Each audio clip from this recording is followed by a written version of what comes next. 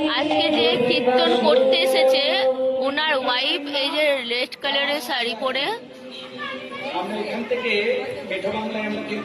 উনি কিন্তু প্রেগনেন্ট। কতটা ইচ্ছা শক্তি থাকলে দুজন মিলে একসাথে এইভাবে ঠাকুরের নাম সংকীর্তন করতে পারে এতক্ষণ ধরে বসে। বাসো বাসি